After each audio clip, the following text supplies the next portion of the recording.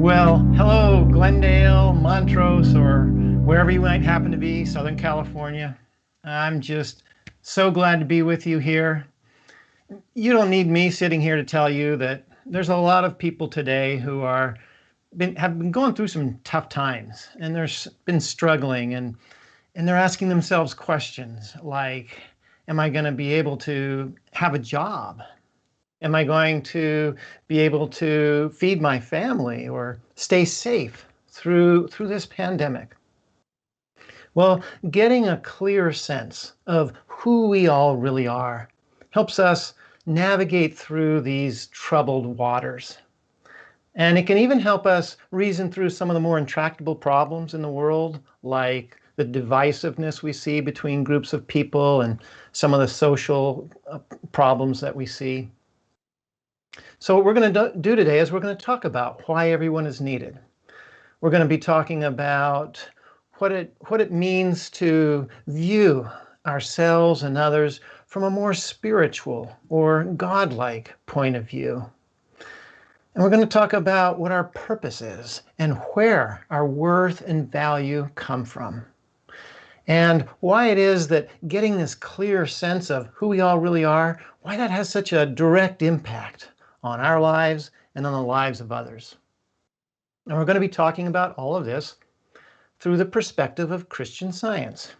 And Christian Science is deeply rooted in the Bible, and especially in the words and works of Christ Jesus, who showed that as we get a clear sense of the nature of God, that gives us a clear sense of who we all are as God's offspring. And that's what has such an impact on our lives. Well, I thought we'd start out today by just getting a little better sense of what it really means to be needed or necessary. And in order to do that, I'd like you to imagine something with me. And we'll help you imagine it. Imagine that you're a bolt. Just one of those thousands of bolts you might find in the hardware stores in Glendale or maybe all of Southern California. How valuable do you feel? Probably not very, right? What if you found that you were a specially made bolt? Well, it might help a little bit. And what if you found your purpose was to hold a carburetor onto an engine, and that you were the only bolt in the world that could do that? And that engine was the only engine in the world that fit on a machine that made gold. And that was the only gold-making machine in the world. So without you, gold couldn't be made. Now how valuable do you feel? Millions of people would be dependent on you, workers and their families. Without you, there wouldn't be any of the industries that use gold. Wouldn't be any laptops or cell phones because they all use gold. There wouldn't be any works of art or jewelry that uses gold. All this just because of you, this one little specially made bolt. Well, as we're going to explore today, every one of us is needed in God's universe, even more than that bolt is needed. We've all been specially made by God. So we're not just some unneeded or unnecessary part. We're not one of billions and billions of exactly identical parts. No, each of us is unique. And we've each been created on purpose and with purpose. Well, let me share here a story of a woman that shows how getting this clear sense of our worth and value can have an impact on our lives. This woman grew up in a very dysfunctional family. It was abusive. She was never told that she was loved or valued or needed. She often had periods of deep depression and times when she had thoughts of committing suicide. And this all came to a head when she was in her 20s. At that point in her life, she was nearly flunking out of school. She didn't have any money. She didn't have any friends or any deep sort of relationships. And she was addicted to drugs. Well, one night, one dark, restless, sleepless night, she was thinking of all of this and how hopeless her life seemed to be. And she came to the really heart-wrenching conclusion that ending her life was her only option. So the next day, she wrote a suicide note, gave her dog to her sister and her plant to someone else. And she headed for the Golden Gate Bridge to jump off and end her life. And as she was heading that way, she realized that she was pretty close to her ballet studio. So she thought she'd just swing by there for a moment first. Well, she knocked on the door and nobody answered. She tried the handle, it was locked. It was 9 in the morning and nobody was there. And that was the final straw. She just collapsed to the ground, sobbing. Well, there did happen to be someone there. The company director was in her office upstairs. She heard the commotion and she came down and she comforted this woman. And then she took her up to her office and they chatted for a bit. And then she said, I have a book and you might find it helpful. And she handed her a copy of this book, Science and Health with Key to the Scriptures, written by the founder of the Christian Science movement, Mary Baker Eddy. And this book shows the Christian Science approach to understanding the ideas in the Bible and how we can live and experience those promises that are in the Bible. The Bible is just full of promises. Promises of freedom, promises of redemption, of forgiveness, of love. Well, religion was the last thing in the world that this woman thought she wanted at that time. But because this woman had been so kind to her, she took the book and then headed off. She went to a nearby bar and ordered a beer and thumbed through the book, looking at it a little bit and wondering, what in the world am I going to do with this book? Well, finally, she decided that she would read it. But she would read it to show how ridiculous Christianity and religion were. And with that, she went home. And she'd forgotten all about her previous decision to end her life until she found her own suicide note sitting there on the kitchen table. So she started to read Science and Health. And she fought and she struggled with all of those ideas that it was presenting to her. These were really new ideas about the nature of God, that God was all loving and forgiving and all good. And there were new ideas about herself as God's offspring, that she was entirely pure and innocent and lovable. Well, the more she read that book, the more it started to make sense to her. And she also noticed that things in her life were starting to turn around. School that had been so difficult to her became easier, and she started getting better grades and started passing, and not only graduated from college, but went on to graduate school and got a master's degree. Money that had always been so hard to come by. She found that her needs were met in normal, natural, but easier ways. And money was no longer the stress and strain that it had been on her before. Friends, she found she started getting deeper relationships with others.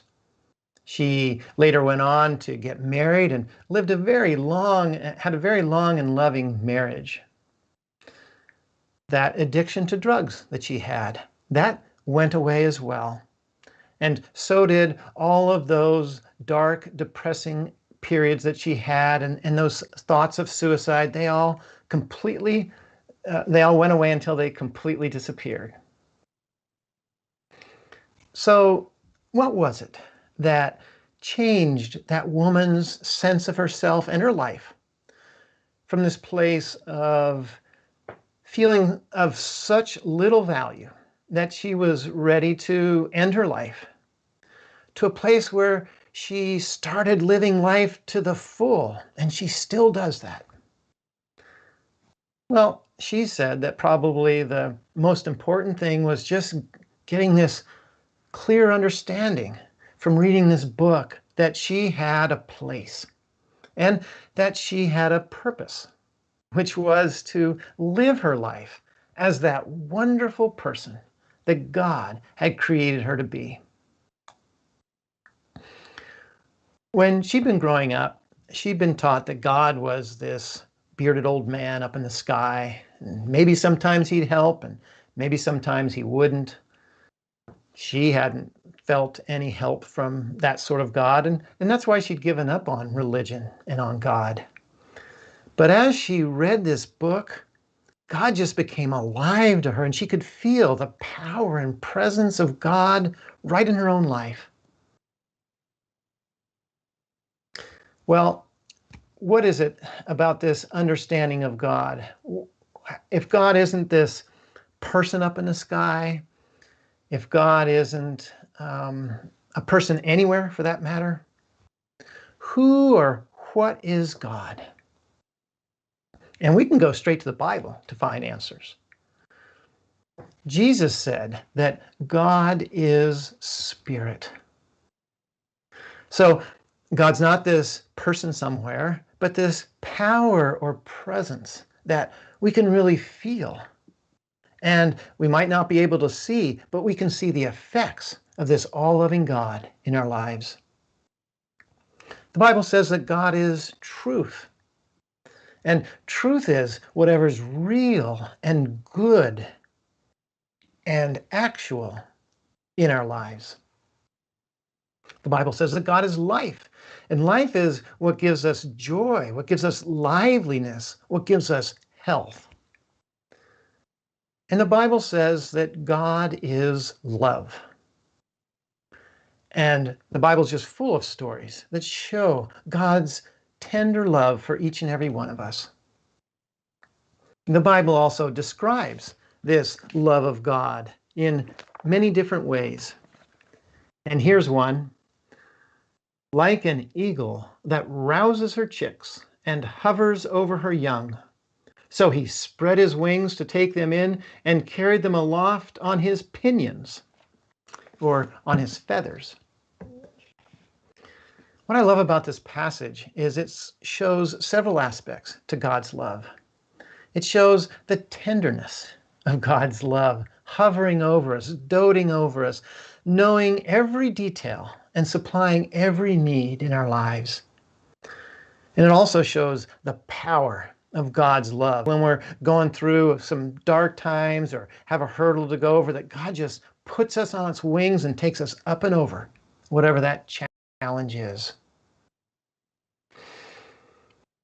There's another aspect to the nature of God that the Bible talks about, and that is that God is the only creator, or the only cause. Now, in order for there to be a cause, there has to be an effect, right? There can't be a cause without an effect. I mean, if you blow on a horn or beat on a drum, if that's the cause, there's going to be an effect, which in this case is noise or sound or maybe hopefully even music. And it's the same in God's universe. God, being infinite spirit and life and love, needs to be expressed through joy, through intelligence, through creativity, through health. And that's where we all come in. We're the effect of all that's emanating from God. We're that emanation of God.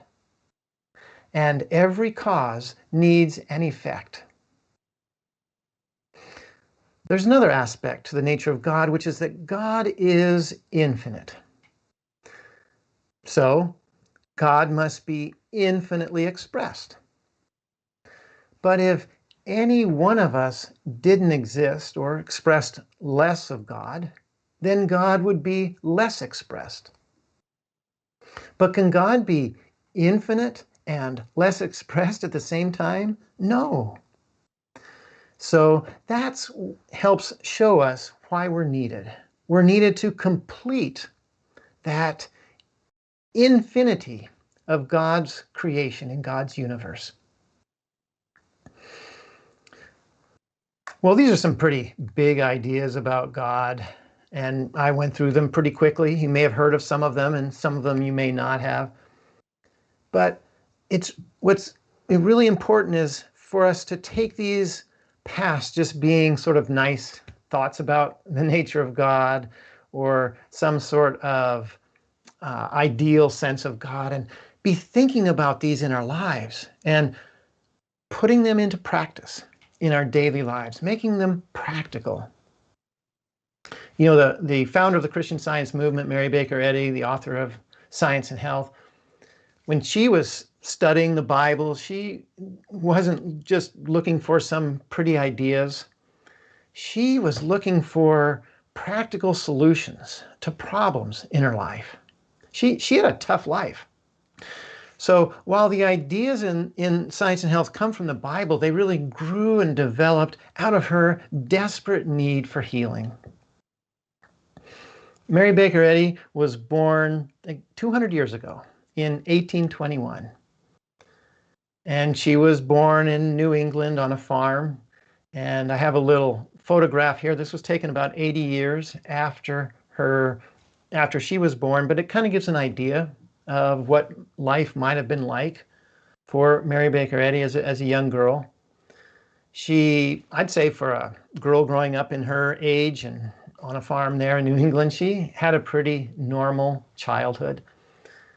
She did suffer with bouts of chronic illness, and sometimes that kept her in bed a little more often maybe than others. And that illness continued and worsened as she grew older.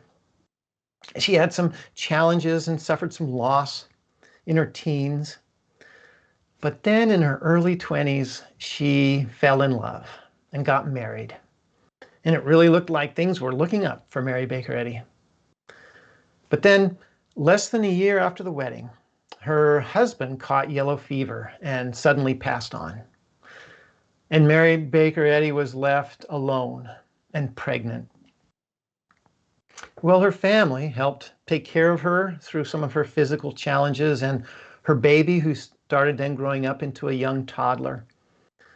But after a few years, they decided that it would really maybe be best for everyone for that boy to go live with another family. So he went off. And then that family, after a few years, they ended up moving to the Midwest. And you can imagine back in those times with transportation and communication the way it was, she had very little opportunity to stay in touch with her only child. And you add to that, in that short period of time, she'd lost her husband. And you can imagine, this is before women could vote, how difficult it would be for a woman to sustain any kind of a job or permanent income. And then you add to that this illness that kept her in bed often. If there was anyone who had reason to feel of little value or maybe unneeded or unnecessary, it could have been Eddy at that point in her life. And she struggled through her 20s and 30s and then on into her early 40s. And that's when she had a real life-changing event. She had a healing from a severe accident, a fall. And she opened her Bible and was reading an account of a healing that Jesus performed. And something clicked in her. She started to feel better. She got up and started to go about her daily activity.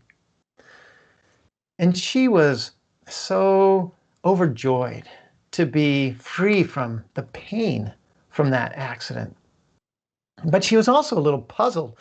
She didn't see the connection between what she'd been reading and how that had made her feel, that inseparable connection to God, and how that had healed her body and made her feel well.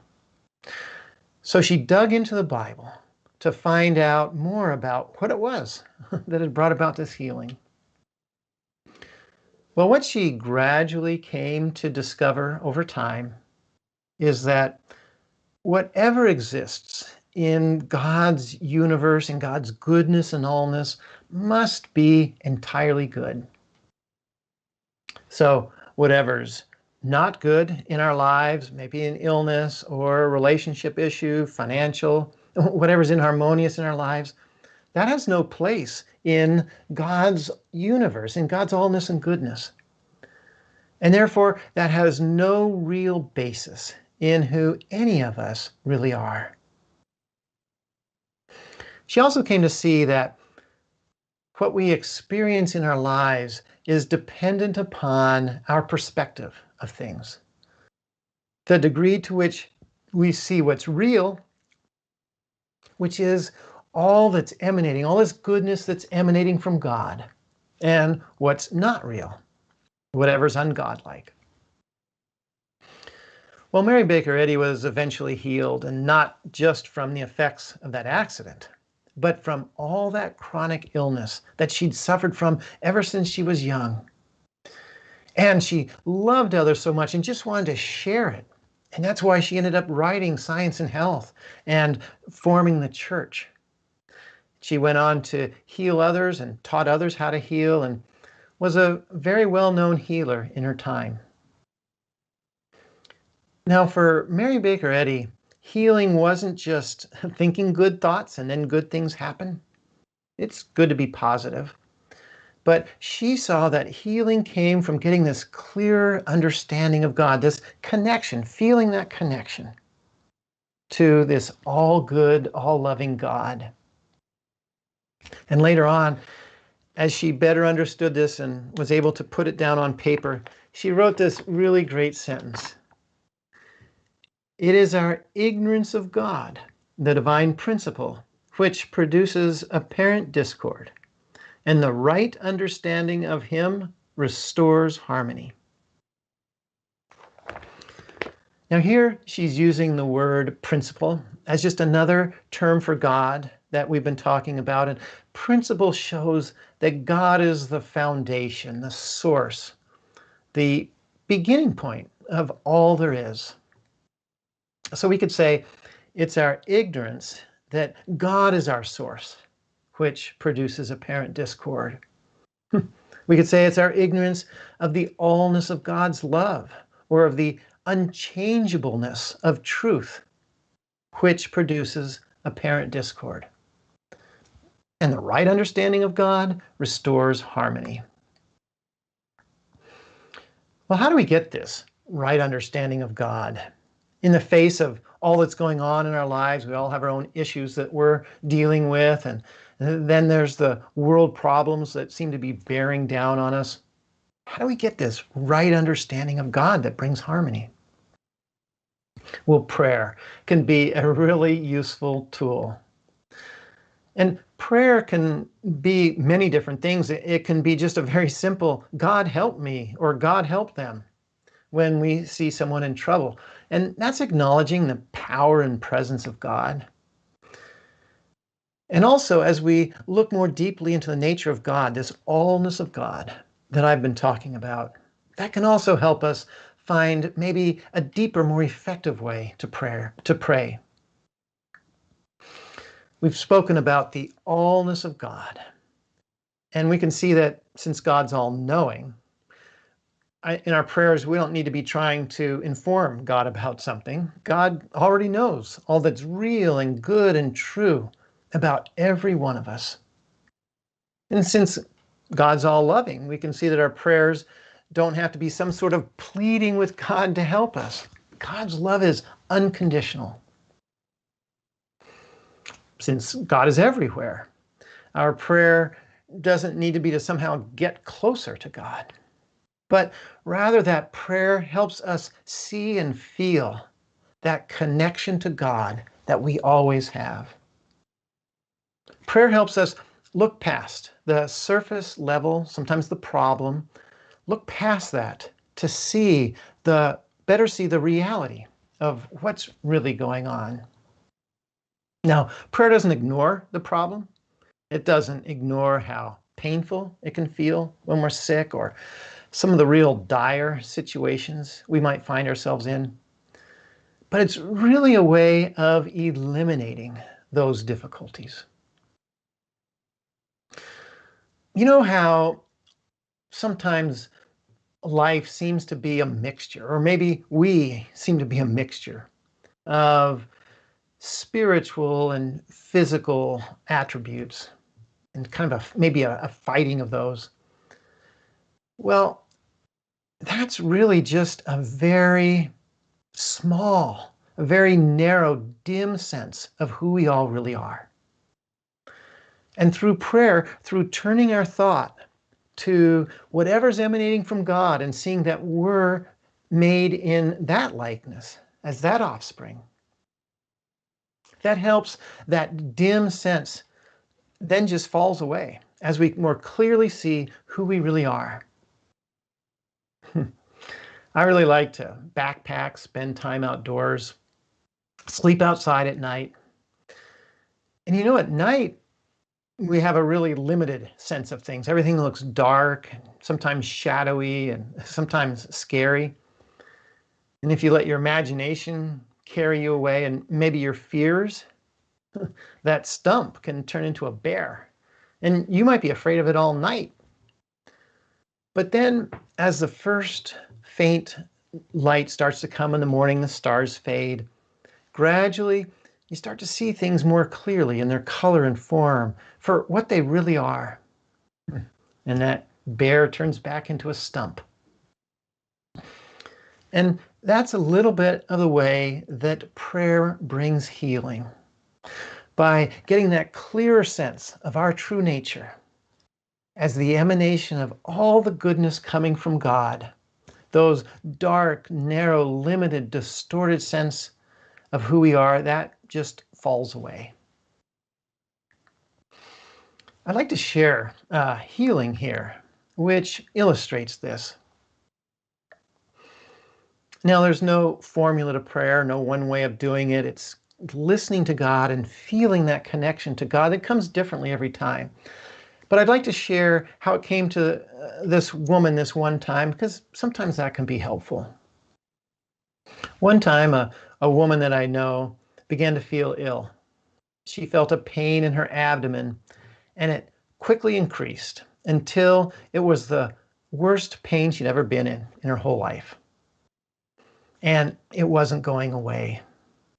It was the kind of pain that might make someone want to go to the emergency room, and she knew she could do that. That was always an option.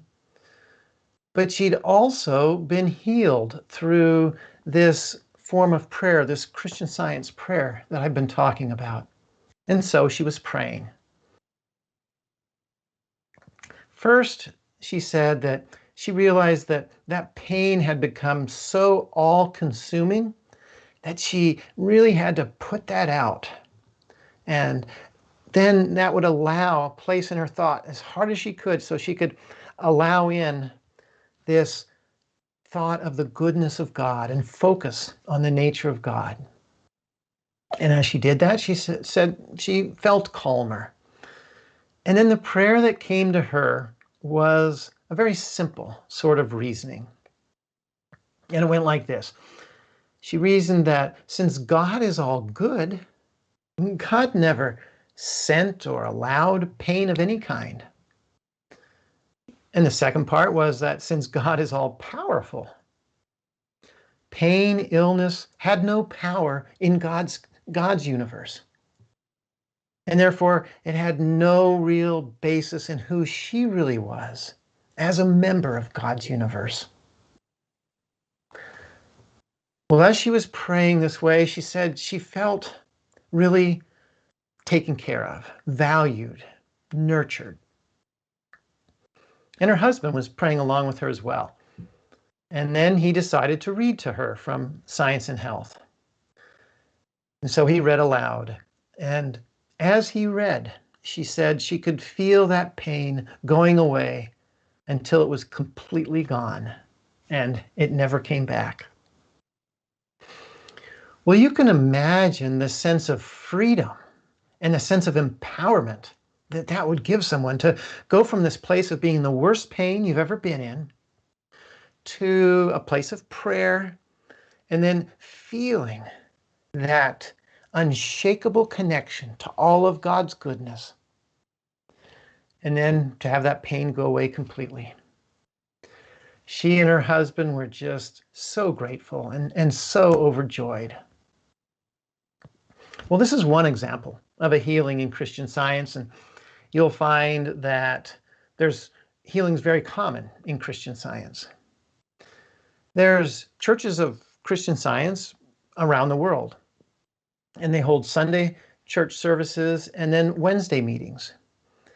And in all those Wednesday meetings, there's a time where members of the community, just everyday folks, share how they've been healed through their prayers through Christian Science. Matter of fact, the sponsoring church, Third Church of Glendale, they hold these kinds of services. And at the end, we're going to put up a slide that'll give you more information, and we'll come back and share a little bit about the Glendale Church. There's also the headquarters of Christian Science, and they publish, it's in Boston, and they publish a weekly magazine and a monthly magazine. And in each and every one of them, there are these testimonies, accounts of healing that people have had and gotten just through this kind of Christian Science prayer.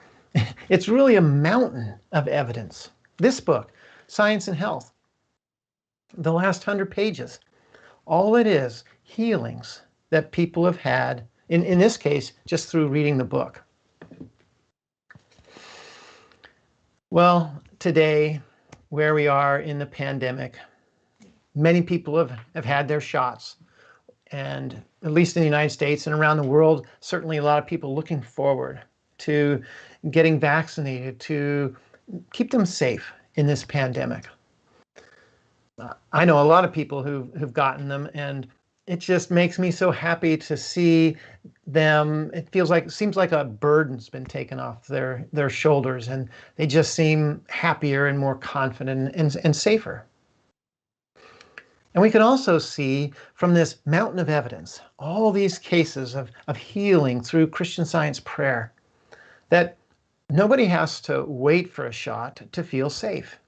We don't have to be afraid of getting that shot either. In either case, we can trust this form of Christian Science prayer to keep us safe in any situation. Back in mid-November, I went over the pass to Central Oregon to visit some family members, spent the day with them doing different activities, and slept in their guest bedroom overnight and did some more things the next day, and then headed back home. And while I was there, one of them wasn't feeling very well. Well, when I got back home after a few days, I got the text that said that they'd gone in and tested positive for COVID. So they were informing me that I'd been exposed.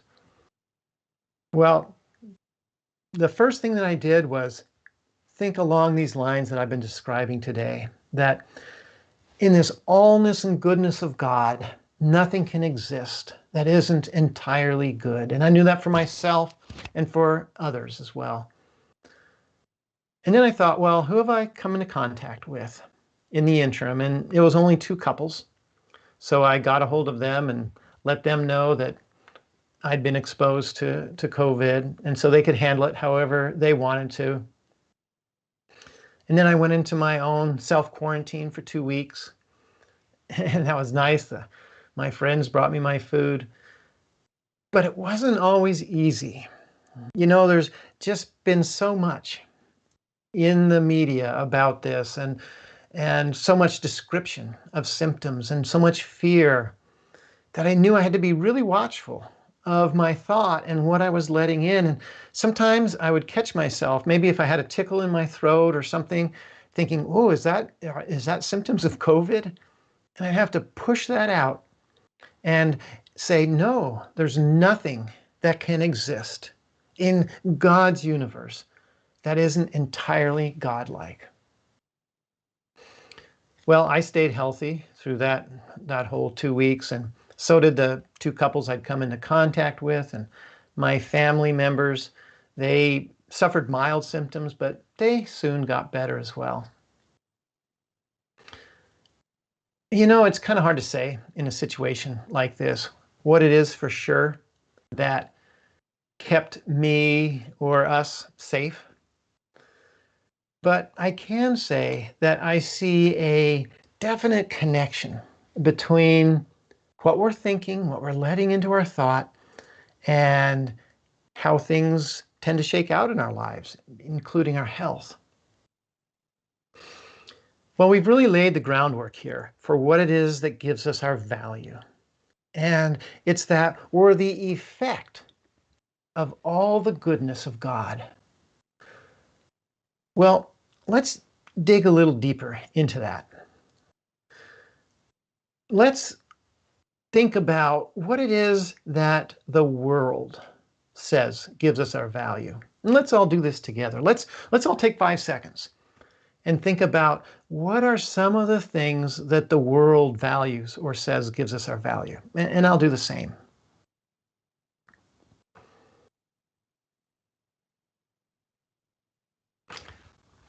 All right.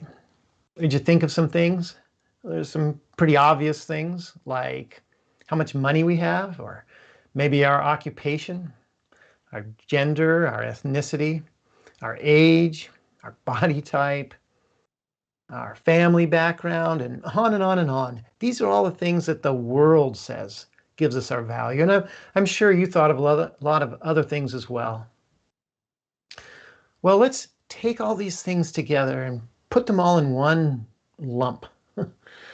And just for today, just for fun, let's call it the Human Worthiness Index.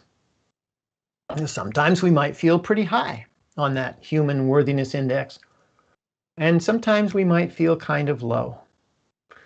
Or sometimes we might judge others as being high or low on this index. But don't you think that there's things other than that that really give us our value and worth? Let's do this. Let's each take another 5 seconds. And this time, just think of someone in your life that you really value. And I'll do the same for another 5 seconds.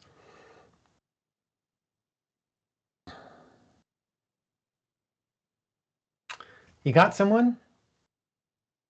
Well, the person that I'm thinking of this time is the reason that I find them valuable is they're really dependable. I know I can really trust them. They're reliable. And I know a lot of that is out of their sense of love, that's how they express love. I wonder who it is that you thought of. Or maybe more important, why? Or what it is about them, why you chose them. I bet it had nothing to do with that Human Worthiness Index. It wasn't because of how bright and shiny their car is or how big their house is. I bet it had more to do with, like with my friend, those qualities that they express. It might be that they're just a very joyful person, or it could be that they're very patient or kind or thoughtful. Well, these are all godlike qualities. And really, this is what gives us our worth and value. These godlike qualities are the only thing that gives us our worth and value. Because really, these godlike qualities, they're the entirety of who we all really are. It's this, whatever's godlike, whatever's emanating from God as God's effect, that's what determines who we are. Nobody saw the value of others and the worth of others, this godlikeness, better than Jesus did. Just the fact that he healed people showed that they were valuable. And he healed people regardless of their age or gender or ethnicity or politics or religion. And he healed those who were rich as well as the poor. He healed those who were accepted in society as well as the outcasts. And he healed rather than judged or criticized those who had messed up in all kinds of ways and made all kinds of mistakes, and some of them pretty bad. And he could do that because he could see that that godlikeness was all that they really were. Whatever was good was all that was real about them. So whatever the illness was, that ungodlikeness or character trait, ungodlikeness, that just fell off, fell away like those dark shadows at the coming of dawn as he saw that their true nature and their godlikeness. And Jesus once told a story that really shows how valuable we all really are and how much God loves us and how we can't ever be separated from God's goodness. And it goes like this.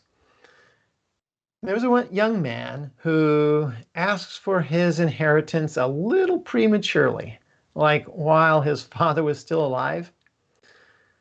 And his father gave it to him, and he takes it and he starts going away and making all kinds of poor choices and ends up spending all his money, thinking maybe he could find worth or value or some sort of happiness in all kinds of the wrong ways until he's completely out of money. He's broke. He's so poor that he has to get a job feeding pigs. Now, I love pigs. They're one of my favorite farm animals. But in this young man's culture, pigs were considered unclean. So he was doing the dirtiest, least respected job a guy could do. Now, if this story had been told today, this young man might have been called entitled or privileged. Don't you think he probably felt pretty high on that human worthiness index in the beginning? And then as he started losing money, he felt lower and lower until in that pig pen, he's what, a zero or maybe a negative. And that's the problem with basing our value on this human worthiness index. It's limited.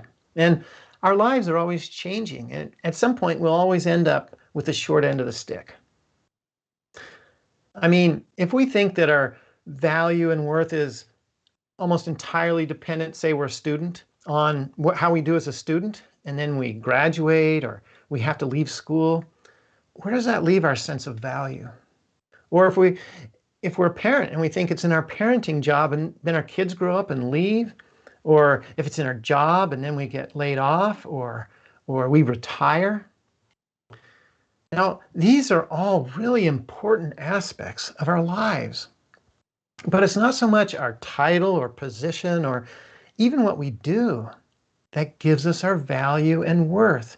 It's how we do it. It's those qualities of God that we're just expressing in our families, in our jobs, in our community. That's what gives us our worth and value. It's pretty well known that people, when they retire, sometimes they are kind of buffaloed for a bit and they're wondering, well, what's my purpose in life? And with all these stay-at-home orders that there's been over the past year, it's not just people of retirement age, but of all ages, wondering, does anything I do really matter anymore? Mental health, public mental health officials have been really concerned about this issue. But if we can base our value or worth on something that's unchangeable, then we'll find that we always have permanent value. And what's unchangeable is God. God as the only cause, just emanating out all these godlike traits that you and I all express. And as we see that, we'll realize that our value and worth can never be diminished. It never grows old. We're always just as needed as we've ever been. Well, back to this young man in the pig pen. He's there busting his tail, working hard, and he's still hungry. He's so hungry that he wishes he could eat some of the food that he's feeding the pigs. And then he remembers his father. And he remembers that his father always had enough food for all the hired hands. So he decides that he'll go back to his father. But he doesn't feel that he deserves to go back as a son after all he's done and all he's squandered. So he decides that he'll go back as a hired hand. And many of us, maybe all of us, have felt this way at times as well, that maybe we just don't deserve good in our lives.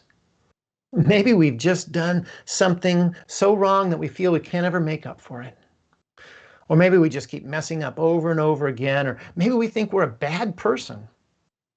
Well, that's like looking at that really small, limited, dim sense of who we really are, and we just turn our gaze, shift our thought to all this goodness emanating from God and knowing that that's who we are. And then we'll see and recognize that we always deserve good in our lives. And so does everyone else. And that's what this young man finds out. He goes back to his father. His father gives him a big, warm embrace and refuses to accept any suggestion that he come back as a hired hand. Because you see, he's a son, and that can never change. Just like all of us, as the offspring of God, all this goodness of God, and that can never change. Well, so far, we've seen examples of individuals, how their lives have been improved and how they've had healings through getting this clear sense of their true nature. Well, what if we expand that and realize it's not just about me, but everyone is needed? Well, that gives us a broader impact on our community, friends, family, neighbors. What's needed more in a bread recipe? Flour, water, or yeast? Well, they're each unique and they're each essential. Without any one of them, bread can't be made. And so they're all equally important. And it's the same with all of us in God's universe. We're each unique and we're each essential. And God's universe won't exist in its allness and fullness without each and every one of us. So we're all equal. And that includes those from different backgrounds from ours, those with differing points of view, those who might have conflicting interests, and even those who might seem to be a threat, either to ourselves or to others or to things that we hold dear. Now, that doesn't mean that we just accept or allow ungodlike thoughts or actions, either in ourselves or in others. But it's really our way of eliminating these ungodlike things in our lives. I know a man who, for many years, felt harassed by law enforcement. He had no police record, and yet many times he was pulled over, searched. One time he was even followed by over a dozen officers in squad cars, and seemingly for no apparent reason, other than perhaps the color of his skin, because this man is black. And so he considered this racial profiling, and whenever it happened, it just made him so angry and resentful. And sometimes he even felt humiliated. And then one night, once again, he was pulling out of a parking lot, and whoop, he was pulled over by a police officer for forgetting to turn his lights on. Well, the officer started to approach the car and started yelling that he smelled drugs and demanded that this man get out so that he can search his car. Well, this man wasn't so sure that it was a good idea at that point to allow his car to be searched. So he stayed there for a moment, and the officer kept insisting that he get out so he could search his car. And then the officer said, if you don't allow me to search your car, I'm just going to call a judge and get a search warrant right on the phone, and then I'll search your car. Either way, your car is going to be searched. But if you want to do it voluntarily, let me know." And then he stepped back and gave this man a minute to think about whether he wanted to let him search his car. Well, in the past, this man would have been fuming at this point. But he'd taken up the study of the Bible and science and health and Christian Science. And he'd just been to one of those Wednesday evening meetings that I'd spoken of earlier. And in that meeting, he had heard about the godlikeness of every one of God's offspring. And he didn't just leave that thought at the church door when he left. He took it with him. And so he was thinking all of these thoughts, all of these good thoughts. And he realized that this man was godlike. That was his true nature. And he started to think, well, this man is certainly providing a service to the community by doing what he's doing. And he could get behind that. And he saw that the officer was providing safety and orderliness. And he started thinking of the godlike qualities that this man expressed. And he also realized that whatever to him was appearing ungodlike had no part of who that officer was. Well, in a minute or so, he noticed the demeanor of this police officer change. And then the officer quietly walked over to him and said in a very gentle voice, "Sir, I'm sorry to inform you, but I'm going to have to give you a ticket for driving with your lights off." No mention of drugs, no mention of a search. Well, the man accepted the ticket and drove off. And I like to read what the man later said about this incident. He said, "My prayers helped not only me, but the officers as well. I learned that I don't ever have to feel helpless about injustice of any kind. And I now see prayer as a proactive way to handle tense situations." So you see, viewing others as godlike doesn't ignore the bad stuff that we see going on, but it really helps us reduce and eliminate them. Just imagine how getting this clear sense of everyone's true nature can be such a powerful basis. Maybe in your community, what are some of the things that are bubbling up in all the different avenues in your community? And how by seeing everyone as valuable and worthy, how that's a great basis to start in your prayers and whatever actions you might take. Seeing everyone as needed, helping in maybe homeless situation, with housing, with employment, discrimination, intolerance, in this divisiveness that we see, this polarization.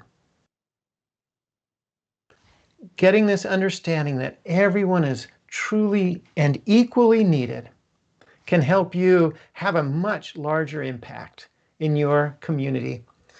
And as this experience shows, we don't have to wait for everyone else to get this. As we each get this clearer view, this view that we get from the Bible and from science and health, that's what will have such an impact on our community and on the world. Today, we've spoken a lot about the Human Worthiness Index, this made-believe, just for fun index. What about our worthiness to God? Is there some sort of index for that? No, because each and every one of us is essential. And that means 100%. There's no shades or degrees of essentialness. And as we've seen today, as we get this clear sense, as you get this clear sense of your nature and of your value and that you're needed. That can help you in any aspect of your life that you need. Well, I just want to thank you all for taking some time out of your day today to share this time with me. I want to thank the Third Church of Christ Scientists in Glendale, California, for sponsoring this talk today. And I want to thank my illustrator and producer, Eric Scheel. And we're going to put up a slide in a minute, and we'll have Will come back. And that slide will give you information if you want to find out about how to get a Bible or Science and Health. Give these folks a call. I know some of them, and I know that they're more than willing to help you in any way that you need. Before we bring Will back, I just want to end with a favorite passage of mine from the book of Romans. I am convinced that nothing can ever separate us from God's love. Death can't, and life can't. The angels can't, and the demons can't. Our fears for today, our worries about tomorrow, and even the powers of hell can't keep God's love away. Whether we are high above the sky or in the deepest ocean, nothing in all creation will ever be able to separate us from the love of God that is revealed in Christ Jesus our Lord. And as we leave each other, I just hope that you feel God right now, just loving you, cherishing you, taking care of you. And that you feel this unbreakable connection to all of God's goodness. And that you recognize that you're needed and valued because of all those wonderful qualities that come from God that you're expressing, that the world needs so much. And that all of this makes you feel enabled and empowered to go out and just live your life as that wonderful, awesome person that God has created you to be.